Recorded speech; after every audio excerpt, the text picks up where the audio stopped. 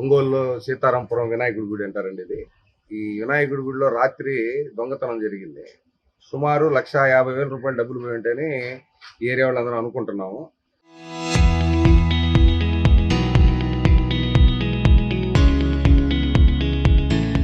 ఈ వినాయకుడి గుడి ఈ ఏరియాకి చాలా ప్రసిద్ధిగాంచిన వినాయకుడి గుడి. ఎవరైనా సరే బయటికి వెళ్ళాలంటే ఎప్పుడు ఈ వినాయకుడి దగ్గరికి వచ్చి దండం పెట్టుకొని, ఈ ఏరియా మొత్తం ఎవరైనా ఏ పని మీద వెళ్ళినా ఇక్కడికి వచ్చి దండం పెట్టుకొని వెళ్తారు. అంత ఫేమస్. 70 సంవత్సరాల చరిత్ర ఉన్న గుడి ఇది.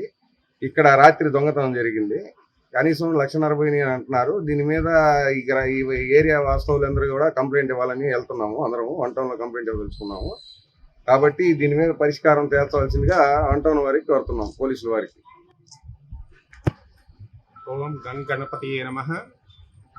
ఒంగోలు సీతారాంపురంలో ఎంతో ప్రసిద్ధిగాంచినటువంటి ఈ గణపతి ఆలయం ఎందరో సందర్శించుకుంటూ స్వామివారి ఆశీస్సులు పొందుతూ 70 సంవత్సరాలుగా మేళ్ల చెరువు పద్మనాభయ్య శాస్త్రి గారు ప్రారంభించినటువంటి ఈ దేవస్థానం ఎంతో ప్రసిద్ధిగాంచింది.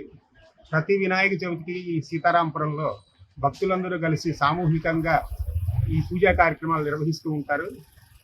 ఈ ఆలయాన్ని ఈ పరిసర ప్రాంత ప్రజలందరూ కూడా ఎంతో భక్తిగా అన్ని కార్యక్రమాలు నిర్వహిస్తూ ఈ దేవాలయాన్ని అభివృద్ధి చేసుకున్నారు.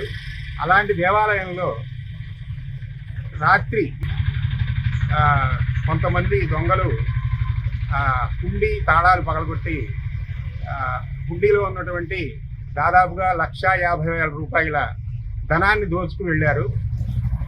ఈ 1,50,000 రూపాయలు కూడా వీరు ప్రతి వినాయక చవితికి ఓపెన్ చేసి ఆ డబ్బుని ఆ కార్యక్రమాలకు ఉపయోగించుకుంటారు.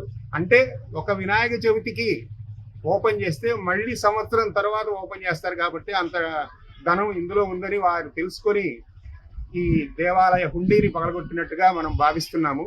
కాబట్టి సత్వరమే ఇలాంటి చర్యలు జరగకుండా మన రక్షక సిబ్బంది పోలీసులంతా కూడా వారిని పట్టుకొని తగిన విధంగా శిక్షించాలని ఈ సందర్భంగా సీతారాంపురం వాస్తవ్యులుగా మేము కోరుతున్నాము.